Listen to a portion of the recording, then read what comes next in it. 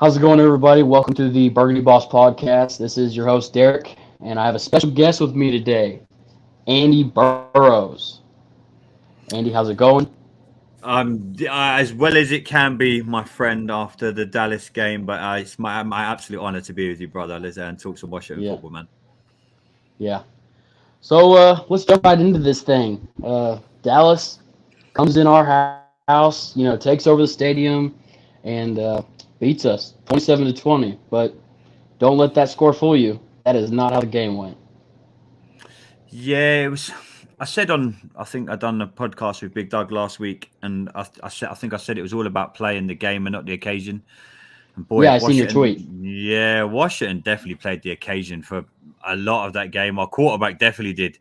He's, you know, Yeah, he tried to be a hero too many times. He went away from what had got him to where he is now. The last four games, we just got caught up in the moment. It would seem, and it was just one. Was it one of them games? Hopefully, it's just one of them one-off games that happens in football, and you see it. And like you just said, don't let the 27-20 scoreline really reflect that. Yeah, we had a chance right at the end, but my God, it would have been an absolute tragedy. Don't get me wrong, I would have been happy, but it would have been a travesty if we had come back there. It would have been amazing. But yeah, I think Ron Rivera got out coached. I think everyone just got out coached. We got out everything that could have gone wrong went wrong. You only got to look at the first half. I mean, I didn't think we were going to get any points at one stage. I was thinking, my God, yeah.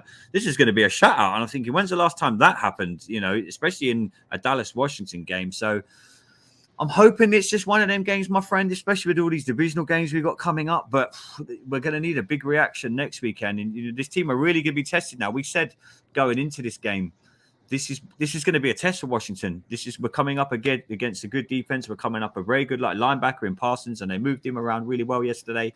They used him to his full potential, and Washington didn't have nothing to come back at him with. And this team, is now going to be. We're now going to be tested. We're now going to see how we react because it's kind of still in our own hands. But yeah, I'm not going to lie to you, brother. Yesterday, it still hurts me, man. My Yeah, heart's still a bit broken this morning yeah. today. I completely agree with you. And, in that same token, I think personally they took the Mike McCarthy quotes. I think they took it too far. They thought about it way too much. And they Hmm. said, everybody was out there trying to play hero ball yesterday. And I mean, Hmm. especially Taylor. Taylor was out there. Wow. I mean, I've seen a bunch of different clips today from the Terry bomb he tried to throw where Terry got Hmm. hurt. And he had two or three checkdowns on that play on that 3rd and 5, and I'm just like, yeah, he's out there playing hero ball again.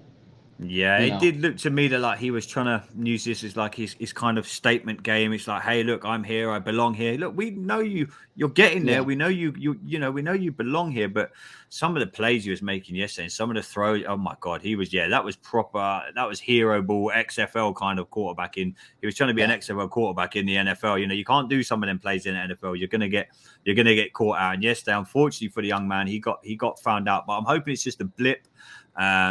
Obviously, it opens up the whole debate, and obviously, you're on social media. I'm on social media. People, the quarterback debate. I turned on social media today, yeah. and the quarterback debate. My God, we need to go and get a veteran. We need to go into the draft. Yada yada yada. The same old Washington talk that's been going on for years.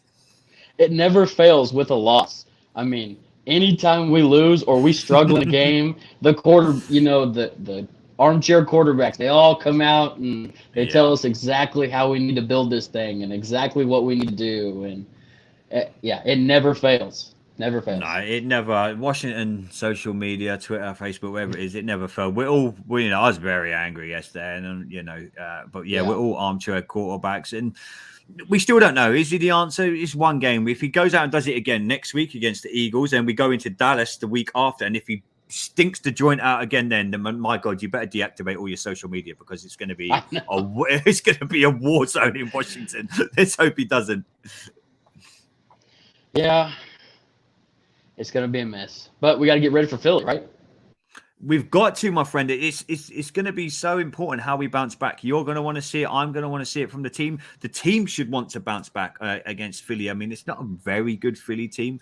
on paper, and everything's done on paper right now. We Right. should win this game, but we don't know how we're. Is Heineke injured? Are we going to see Kyle Allen again? We've got a lot of the COVID problems going on now. With half our roster seem to be out injured or on the COVID list, or Terry seemed pretty banged up after yesterday. I mean, wow. I mean, it's going to be interesting to see what happens this week and see what players we've even got available for Philly. But I'm hoping that we bounce back, mate. I honestly do. I think we've got the players to do it, and we're going to want you and me as fans. We're going to want to see a reaction. My God, we can't.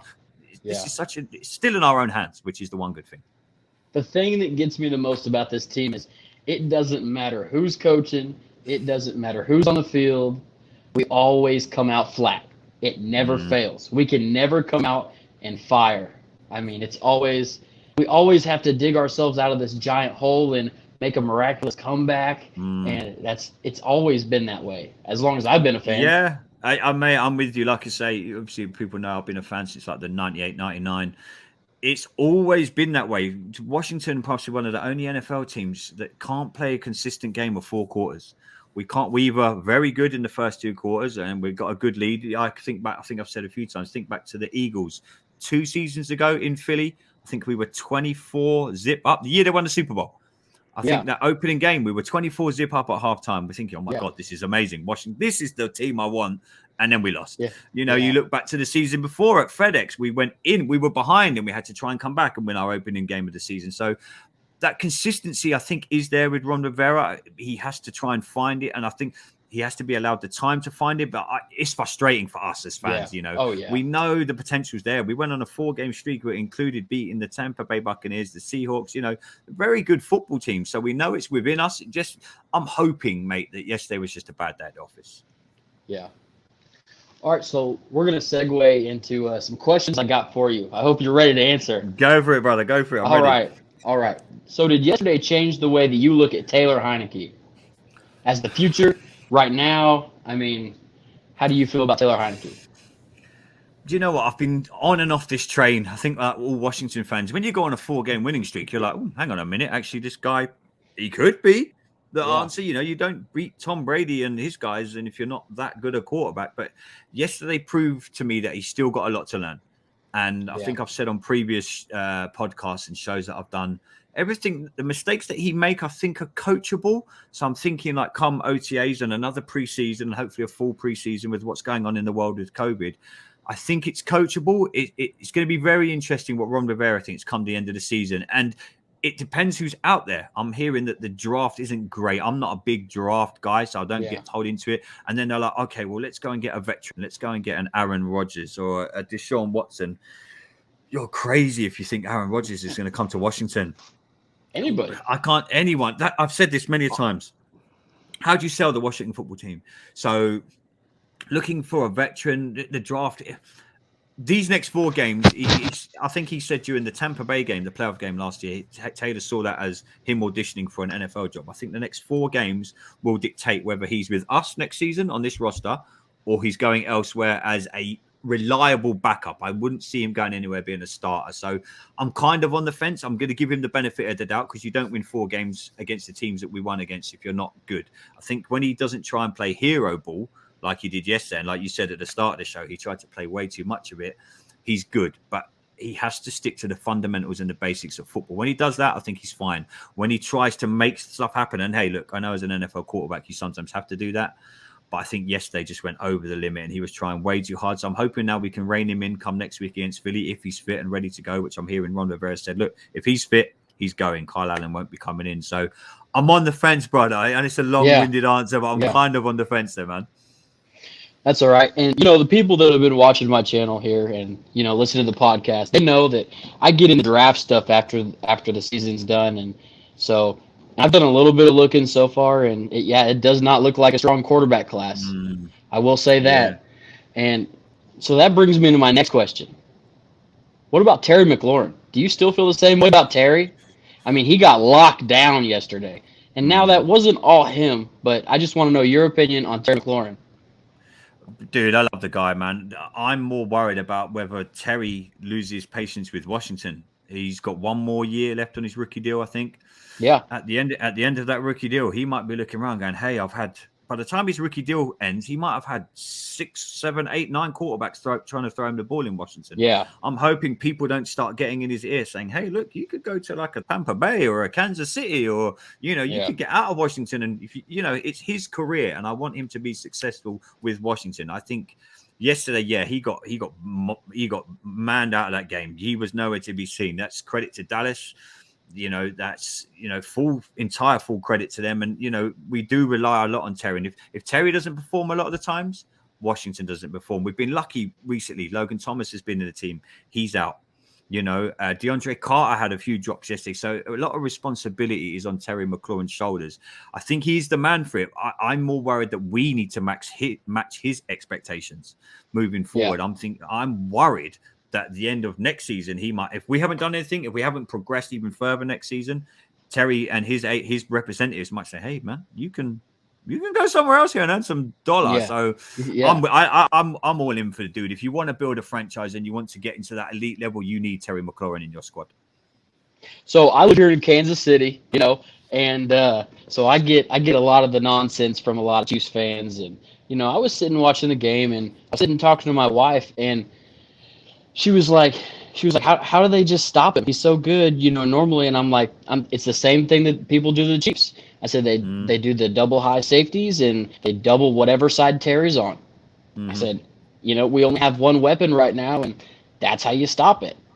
Yeah. If you nullify the best weapon that we've got, 9 times out of 10 you're going to be in a game. And if you cut the head of the snake off, it's not that, it's not that powerful. So Terry, Right. Everyone knows he's our star man, especially when you haven't got Logan Thomas on the offensive side of the ball. Defensive side, you haven't got Chase Young, Montez Sweat. Once all these guys aren't there, everything fell into Dallas's lap yesterday. Not saying that they didn't play well and we didn't play terribly, but it was role reversal from last season when we went into their house, when they had so many players missing. They had Dak Prescott missing. They had Zeke missing. They had all them players missing last season. It was kind of flip reversed yesterday.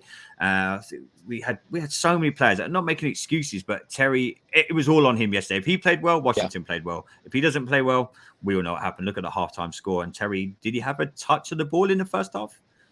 No, he had a goose egg. Yeah, not one touch of the ball. Yeah, he was thrown to twice, and both were incompletions. Yeah, so that you don't them stats don't lie. And if Terry's not getting the ball, then Washington aren't moving the ball down the field. Yeah, exactly. I want to know, what was your preseason prediction? How well did you have this team doing to start the year? I think I had us winning 10 games. Yeah, I'm sure I was pleased with what I saw from Ron Rivera last season. I was pleased with the players we brought in. Obviously, Jamin Davis hasn't lived up to the expectation that we all thought he might. But like I've said many times, the draft class last season was so good. I think all our guys that were in the draft this year, the pressure was on them because they're like, hey, look, the last few years we've had Antonio Gibson, Chase Young, Montez Sweat. You're like, whoa, hang on a minute. But I did have especially in the division, I think for the first time, I thought we could go back to back. I finally thought we had the right man in Ron Rivera to do that. Obviously, we started how we started, and we're like, oh no, here we go again, But then we done what we always do, and we pick up and we get results, and we've gone on a 4-game streak, and then everyone's now looking at the divisional games, thinking, oh, it's beneficial to have these at the back of the season. So it's still in our own hands. I mean, we're going to have to go some to get to my prediction. What we got left? 5 games, or so 4 games left. So 4 divisional games left as well. It's going to be hard. So I don't think my 10 games is going to be. I like to. Yeah, I still think wild card. It's in our own hands for a wild card, if I'm right in thinking. Yeah, the division, it's pretty much wrapped up. I mean, Dallas is up 3 games with 4 games left. I mean, we would have to win out and them lose out, Mm-hmm. So it's one of those things. I kind of went with a more vague answer to that question. I said 7-9. I wanted 7-9 wins. To be fair, that's good. That's probably realistic. I let my heart rule my head as I do every bloody year. But Yeah. Well, I was like, well, we were 7-9 last year. I said, I think we're going to take a small step forward. Nothing crazy. I said, I don't think we quite get to double digits. I said, but I think we're going to be real close. That was my thought. Yeah, I mean, are you seeing progression with this team? Do you think? I Yeah, mean, like me, as long as I keep seeing little bits of progression, last season, this season, and then next year is a big season for us. No matter what happens this year, Ron Rivera needs to take it to the next level. We need to draft well. We need to try and get in some quality into that squad. I don't know what you think. I mean, as long as I'm seeing progression, I'm happy. And under Ron Rivera, it's probably the first coach in years that I've actually thought, you know what, I actually trust this guy to progress this football team. yeah. And if you recall, whenever he came in and did his introductory press conference and everything, he said, "This is a 5-year thing. It Mm-hmm. takes 5 years to change the culture." And I mean, next year is year 3, so I Yeah, this is thought gonna. 3 years is when we would start to see any kind of change. Yeah, man. Next year's big for us as well. You know, we're gonna have a new name. We're gonna have everything's gonna. The Yeah. spotlight's gonna be on us again. Whatever we're called, Warriors, Red Wolves. I've heard so many names. Whatever we're called next year, the Don't spotlight's forget gonna be on us. Commanders. Oh, don't. You I sound like know. Keith. You I sound like know. Keith. I see Oh Keith all the man. time. Keith just goes Oh crazy. It cracks man, me up. he's lucky. I love that man. But yeah, I mean, whatever the name is, we'll all be here and we'll all be Yeah. fans. And once that dies down, as long as I'm seeing progression, I think we're trending in the right way. I think we just have blips in the road like we did yesterday, and I think then, Yeah. as long as them bumps in the road don't become massive like boulders in the road, I think we'll be Right. fine. Yeah. And we're going to turn our attention back to the offense for a second Mhm. longer. What's wrong with Antonio Gibson? Is he broken? Do you know what? I think it's like 10 steps forward, 5 steps back with him. The last couple of weeks, I'm thinking, right, he's not fumbling the ball. He's running hard. He's not cutting back on his routes where sometimes he was. And you're thinking, no, be Yeah. that guy that we want going down the field. Don't try and make things happen that aren't there. And yesterday, I think someone tweeted to me this morning, this is why we need an elite running back, because you can't have a running back in the NFL that does this every 3 or 4 weeks, because it'll cost you games again. Don't get me wrong. Everyone fumbles the ball, but it seems to be in his psyche now that he does it. I'm not going to say all the time, because he had them in the 4-game winning streak. I don't think he fumbled once, did he? And he would. I don't think so. If you look at last week, if you look at the Seahawks game, if you look all them, he was the bell cow for this team. He was you went into Carolina, he was the man. He played well that game. And again, it comes back to what we said. Is it just a blip in the road with him? I think he's a very good football player. Again, is that something that can be coached though? How do you coach someone not to fumble the football? Right. You've watched football your whole life. How do you coach someone to do that? I mean, it's all about 3 points of contact with the football. Mm-hmm. It's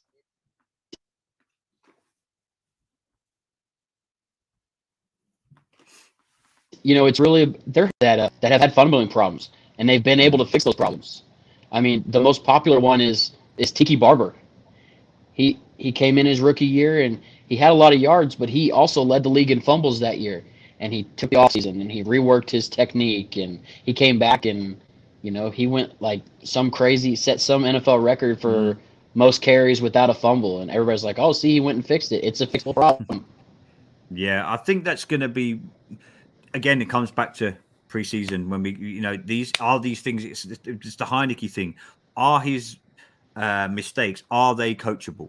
Can we get him on the practice field, and are these mistakes coachable?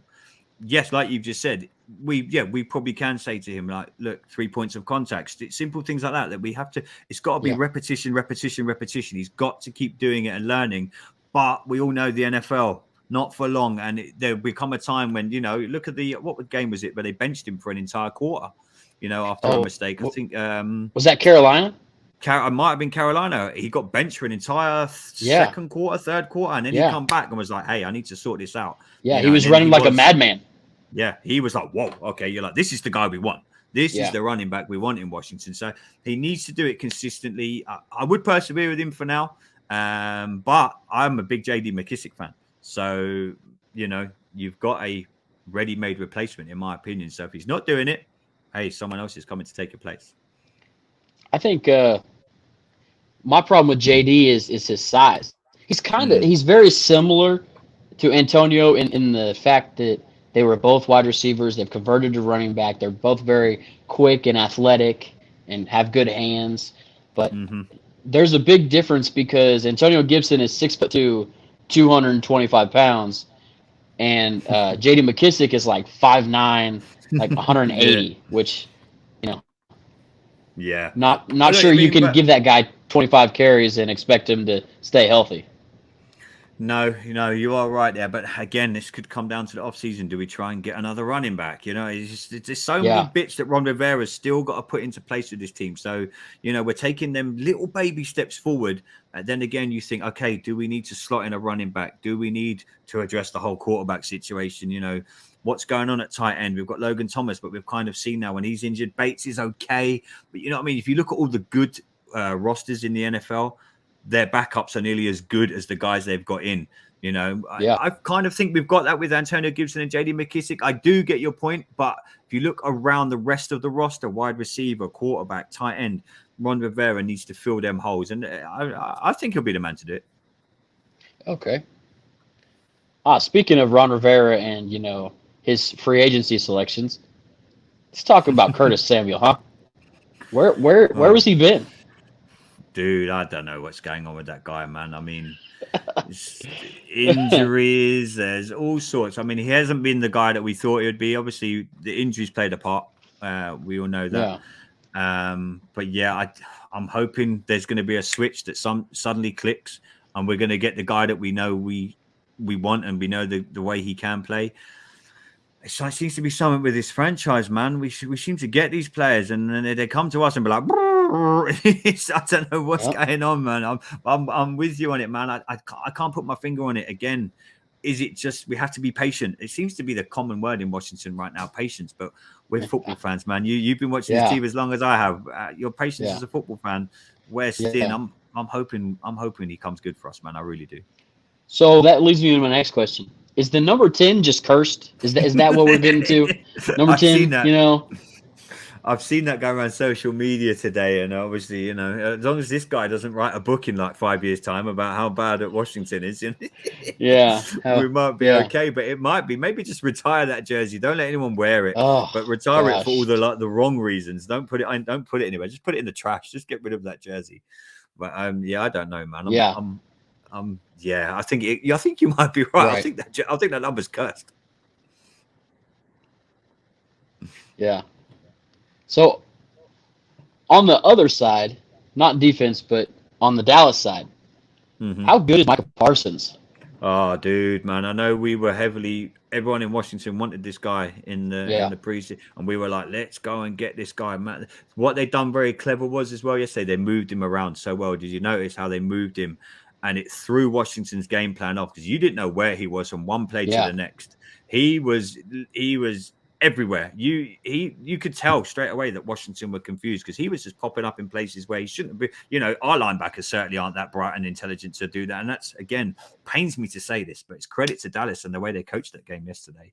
It was good, but boy, that guy, he's going to be some player. I'm don't get me wrong, I'm devastated that we never got him, but to watch him, it's just a shame he had probably his best game of the season against us. But boy, that kid can play. yeah, yeah. I know. I was on the Addicts podcast last week Yeah, I know, before man. I heard we. you with Steve and the boys. Yeah, I heard you. Yeah, yeah. So Dev was on there. Hey, this is Curtis Samuel's breakout game. Hey, and then he was a big Micah Parsons fan, so he put in his 2 cents about Micah Parsons and how we should have had him. And it's like, Yeah, Dev, calm down. That's the past. Calm down. yeah. Don't listen to Deb. He's probably high. Yeah. He's So my what boy. I about love Deb. Trayvon Diggs? How good is he? Is he actually good, or did we just make him look good? I think we made them all look a bit good yesterday. The whole team looked like a Super Bowl team yesterday. We Yeah. made you look at that first half of football, but again, very good. He's a very good football player. I mean, yes, we didn't play our greatest game, and obviously the Cowboys. We said before this game, and Trayvon Diggs, Michael Parsons, they all looked world beaters yesterday because we were so bad in that first half. I think Yeah. Cameron Curl come out after the game and said, "Hey, that was the worst first half we have played all season." And Ron Rivera let them know it at halftime. So yeah, I think we made them all look good, my friend. If I'm honest. It was one of them games, it was when Yeah. like you said earlier, when we leave ourselves that a hole, to come back from at halftime. We've been there many times, like you alluded to earlier. It was never going to be an easy game. And I said before the game, this would be a strong test for Washington, coming up against probably one of the best defenses I've seen. And again, pains me to say it, but when Dallas are on, they're really on and they're really good. So lessons need to be learned, buddy, and we need to get onto the Eagles this weekend.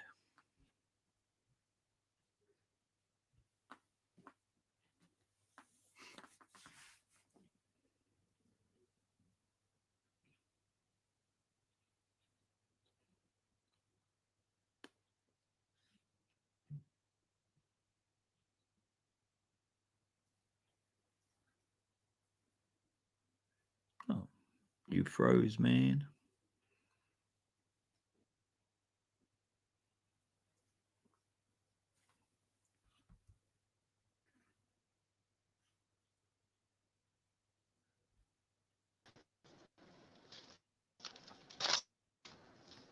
You're back. Boy, I'm not sure what happened.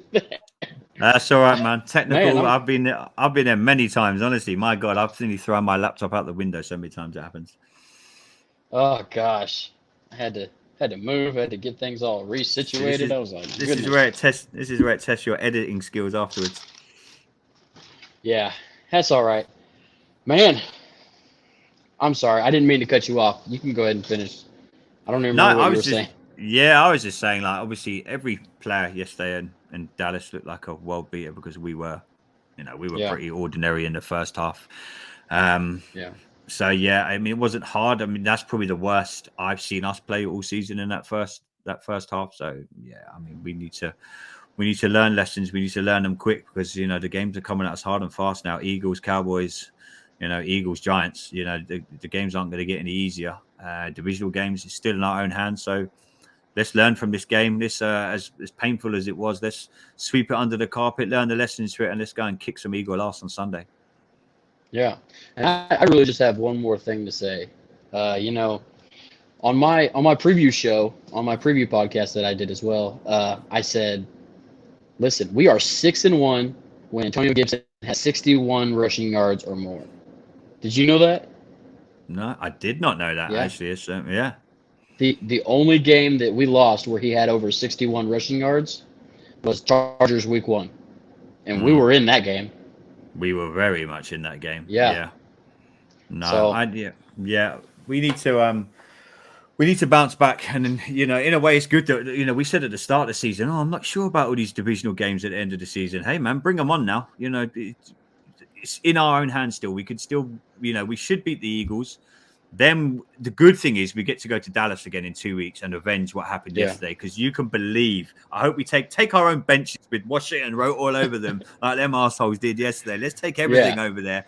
But, we know Washington fans travel well. Obviously, that stadium, I don't know if you looked on TV, there was a lot of Cowboys fans there yesterday. Yeah. But I hope we go down to Dallas. I hope we represent.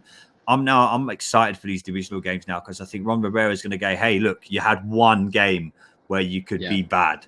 I'm hoping now that the boys really come back into the practice field this week, hit the ground running, and let's really, really push hard now to the end of the season because we still can make the wild card and we can still play meaningful football in the middle of January. Now, is it just me or do we play better in Jerry World than we play at home? Yeah, we do. We've always, you go back to I know we talked about it earlier, but the dreaded number 10 jersey, 2012 RG3 last season. Oh my God. Week 17. Wow, one of the best performances I've seen from a Washington team. Don't take their injuries aside. One of the best performances I have seen from a Washington football team in many a year. We need to go in there in 2 weeks with that same attitude. We have to go in there and just play the way we play. Don't try and be that hero team that we were trying to be yesterday, trying to make stuff out of nothing.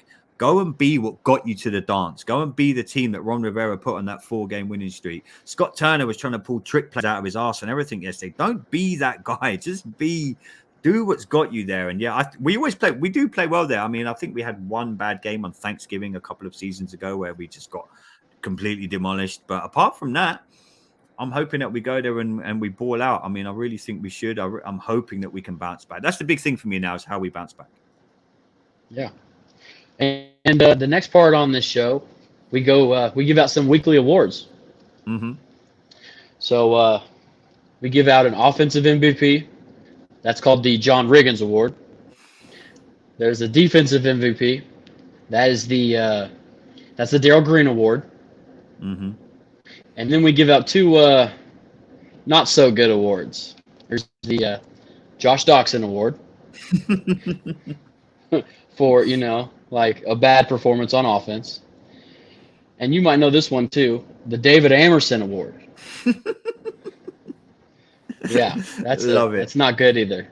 No, Yeah, you don't want that award. Jesus, you don't want that award. yeah, I know. Offensive side of the ball. Jeez, it's hard. We didn't. God, there wasn't many people yesterday. Yeah, I know. God. Offense was bad. Offense. Adam Humphries. Okay, I like that. Adam Humphries. I call him Mr. Reliable. I see. Yeah. We don't go to him that often, but when we do go to him, he doesn't let Washington down. He, we don't target him. I think we could maybe look at targeting him some more because he is Mr. Reliable. He's like, okay, well, this plays for Adam Humphries. Bam. Got it. Off he goes. You see him again in like 2 or 3 plays. But yeah, I'll go Adam Humphries for the first one. JP Finley, he talks about him all the time. He says he's like 7-Eleven. He's always open. He's an underrated football player, actually. Yeah, I'll go Adam Humphries, man. He's not wrong.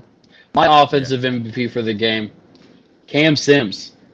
Yes. I mean, good score, the man is just, he's underrated. He's on nobody's radar. He's huge. He's 6'5", and I put in my notes, he's the only guy that makes that 50-50 catch over Trayvon Diggs. The only one. 100%. Because everybody else is 6 foot and under. And I don't know why we don't use him in the red zone more, personally. Yeah, no, 100%. Yeah, the catch was amazing. So yeah, no, I'm 100% with you on that, man. Oh man, I hate to break this to you right here on the pod, but yeah, Jonathan Allen just tested positive for COVID. Oh jeez. Yeah, that one hurts for next week. Well, oh my God, man! Everyone's going to start blaming Montez Sweat for this. I know. Yeah, he will. Yeah. All you had to do was get vaccinated. Could have stopped the whole thing. All you had to do. But we're having it over here, buddy. I mean, about 2 hours ago, our football, the Premier League, I don't know how much you follow your soccer. Yeah. We had 42 positive cases, and they reckon they might shut the Premier League down for this weekend. So it's not just the NFL. And these are a lot of vaccinated players. I know I've got some friends who are double vaccinated who have tested positive for COVID this week, and they're at home isolating. So this disease, man, honestly, it's insane. Yeah, that's gonna be a huge miss. I mean, now he's playing up. He's up there where he doesn't want to play where he is, up in the box, but he's doing a job. And yeah, boy, that's an immediate reaction to that. We are in some serious. No, not Landon Collins. Jonathan Who did you say? Jonathan Allen. Oh, sorry. Oh, yes. we're screwed. That's worse. We're screwed. Oh my God, sorry, man, I misheard you. Yeah, we're screwed. Hey, that's all right. We're screwed. Yeah. I mean, best defensive player we have. Yeah, one of the only healthy ones we've got left. Yeah, one of the only healthy ones we've got left. Having an all-pro year. The thing is, so what happens now? Because obviously he's been around all the other guys. Does everyone get tested now? What happens moving forward to the game of the weekend? They would have to, and I mean, for all we know, we could be losing Matt Ioannidis, Tim Settle, Deron Payne. I mean, geez, you might have to suit up, bro. Yeah, I know it. It's been a while. You might have to suit up really like you do a job. Yeah. You have to call my buddy Rio up and we, put it in the trenches. You and Rio can go. You and Rio would cause some shit down in them trenches. I bet you, boy. Yeah. Wow. Yeah, that's bad news, man. That's bad news. I'll have to look into that. So defensive MVP, the old Darrell Green Award. Who'd you got? Cameron Curl. Cameron Curl. He had a solid game. Solid game for me. Again, never really lets you down. He never gets the headlines. He's just there. Yeah. He's Mr. Dependable. Obviously got the pick. Again, you need players like him on your football team, the reliable players. Yeah, he's not going to be writing headlines every week, but when you watch him play, and I'd never break down film, that's not what I do, but I watch friends of mine. You go and watch Carl over at the Burgundy Zone and them guys. When they play down and you watch what he does on the football field, it's what we come back, what we said to earlier about the fundamentals and the basics. He does them better than anyone. He is where he's meant to be at the right time. You know, you can tell this man listens when he's coached. When you look at, and when we go back to what we're talking about Antonio Gibson, hey, look, go and chat to Cameron Cole about coaching and understanding of coaching. And when your coaches speak to you, you listen and you take things on board. Cameron Cole just seems to me that he's very reliable. You know that if you need to make a play, 9 times out of 10, he's going to make a play. So yeah, I'm going to give it to him. Okay. I'm going to go similar answer with mine. Landon Collins is my answer. He had 2 sacks and he had the interception. He had a big game even for Landon. I seen Washington football team shared something yesterday that he was the first player to have an interception and a sack in the same game for Washington in like 10 years or something. Yeah. No, I agree with you. It was just for out of the many players that you can pick on yesterday, he was one of them. There was a few bright spots yesterday. I know we're kind of clutching at straws here out of being a 27-20 game. But no, that's a good call, man. I agree with that. Yeah. It was, the defense was the strong side of the ball yesterday. They held their own. They had to be because we were doing jack shit on offense. Yep. Yes. That brings us to our next category. The Josh Darkson Award. Who you got? See, no one's really. Who's going to want this award? I have a couple. Are you thinking offensive side of you got? Offense is Josh Darkson. Offensive side of the. Oh my god. DeAndre Carter. Yeah. Yeah, okay. I wasn't. Yeah, I mean, Kyle Allen puts that one in a bucket. All you got to do is hold it. Yeah, my girl Shelly tweeted out this morning. She screenshotted. She's like, "How do you drop this?" And it didn't have his best game yesterday. I've seen him a better. I said, I mean, I don't know. There's so many you could choose. Terry. I don't want to choose Terry. I don't want to choose Terry, but I'll go with DeAndre. I could choose many of them, to be honest. Antonio, my thing about Terry was he was beating Trayvon Diggs on routes. Couldn't get him the ball. We just couldn't get him the ball. I mean, me personally, I want to draft a quarterback. That's my thing. I want to draft a quarterback, and he better have a strong arm. That's my main priority when it comes to drafting a quarterback, because I'm tired of Terry beating the guy by 5-10 yards, and then Terry has to stop and then fight through a defender to make a catch because he's been underthrown. Yeah, he has to make a lot of plays where he's coming back towards the ball, and you don't want to see that. You want to see Terry McLaurin either catching the ball in stride or being way gone past whoever's on him. So I agree with you there. Heineke hasn't. He's got an okay arm. Kyle Allen, no, not really. So again, it comes again. Every debate you have with Washington will always circle around to the quarterback, and it's been that way for 20 years. As long as I've been a fan. Yeah, I've been a fan since '98, and it's been like that way ever since. RG3 gave us that little glimmer of hope. Yeah, I mean, I'm only 28. I've never really seen a outstanding season. Dude, I'm with you, been to the playoffs a couple of times. That's successful, I guess. I'm on that boat with you, man. I've seen the same as you've seen. Nothing. I've never seen my team playing the Super Bowl. The life and times of a Washington fan, man. Unbelievable. So, I'm giving my my Josh Darkson Award to Taylor Heineke. I was just... I didn't want to go there. Yeah, I know. I did. I had to go I know. I had a feeling you might, so I avoided it. Yeah, he had the worst game, I think, that I have seen him play to date. I mean, he was holding on to the ball. He was, looking past open receivers and trying to get it all back on one play, and he wasn't using his legs. Granted, I know his knee was hurt. He had hurt his elbow on his throwing arm. That was hurt. And I mean, but if you're dealing with all those different ailments, instead of being the hero, be like, hey, I'm hurting. I'm not helping the team. Put somebody in who's going to give us a shot. That's my opinion. Yeah, but the problem is they put in Kyle Allen.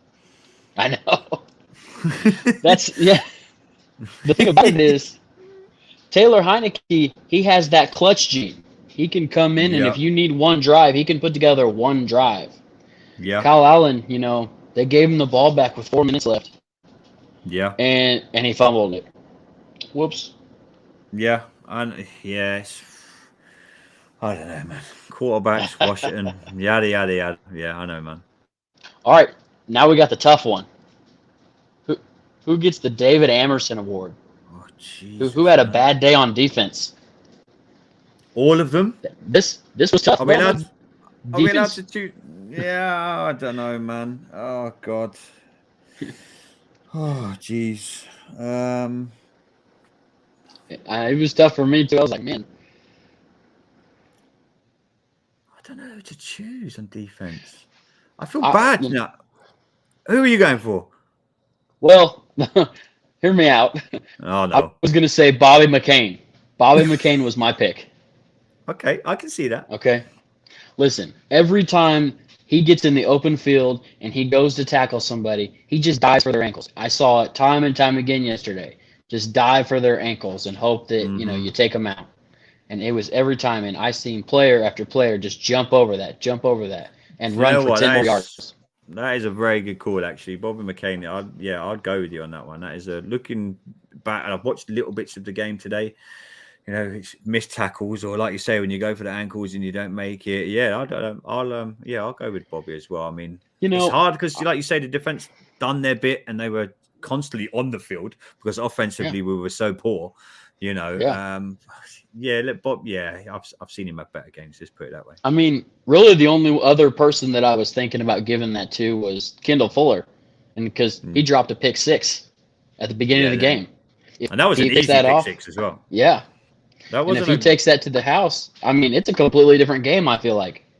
Yeah, no. Well, if he, yeah, and that's the catch he should be making, in my opinion. Yeah.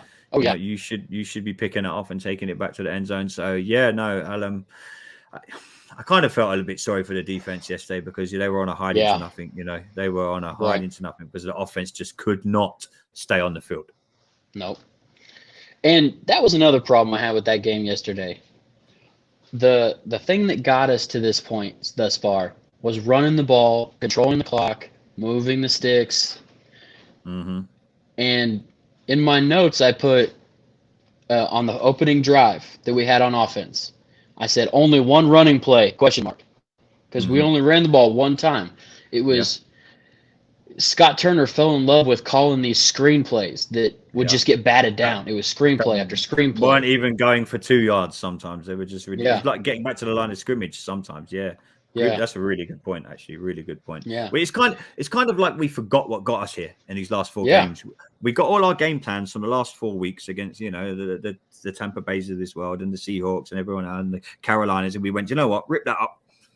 And yeah, we're like, and as fans, and you've just alluded it to there, get what got us here. We're all looking around going, who's this team? Why are we yeah, playing like this? Let's, what?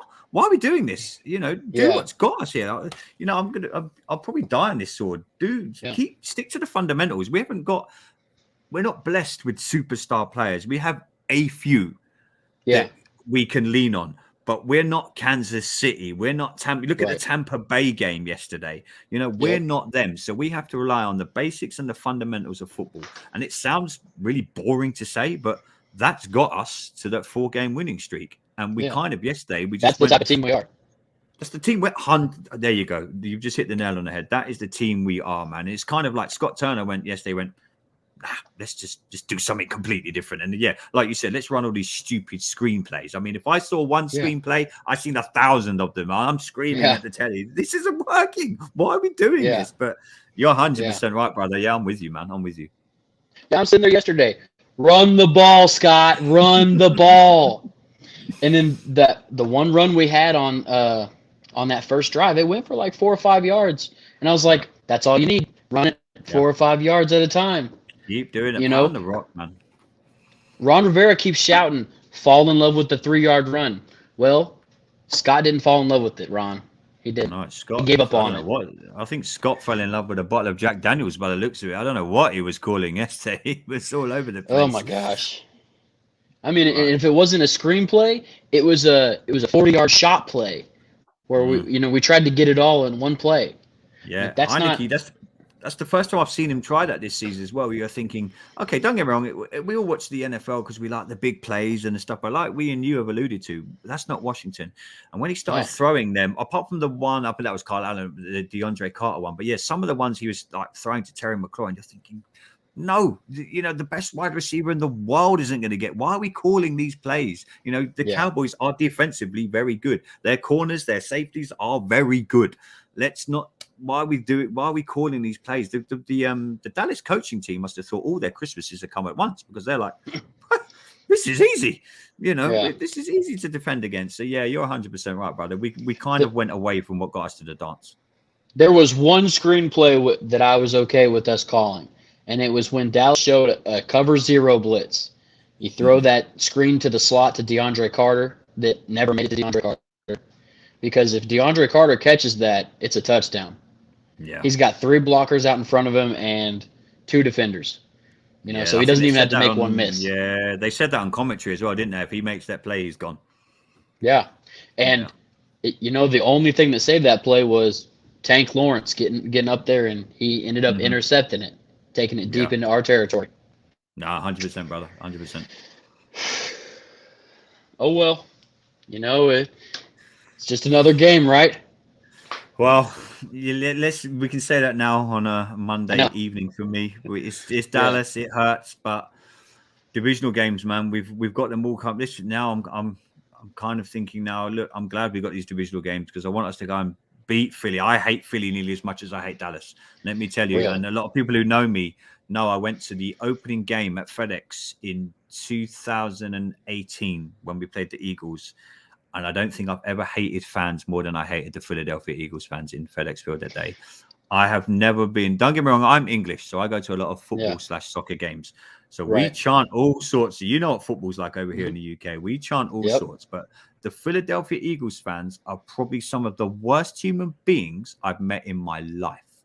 In that stadium that day. I'm not saying they're all like it, because I know people, they had great fans. Hog Farmer Chris's father, God rest his soul, was a Philadelphia Eagles fan. So I know there are good out there. Hog Farmer Chris and his family are amazing people. But when I was in that stadium that day, I was looking around.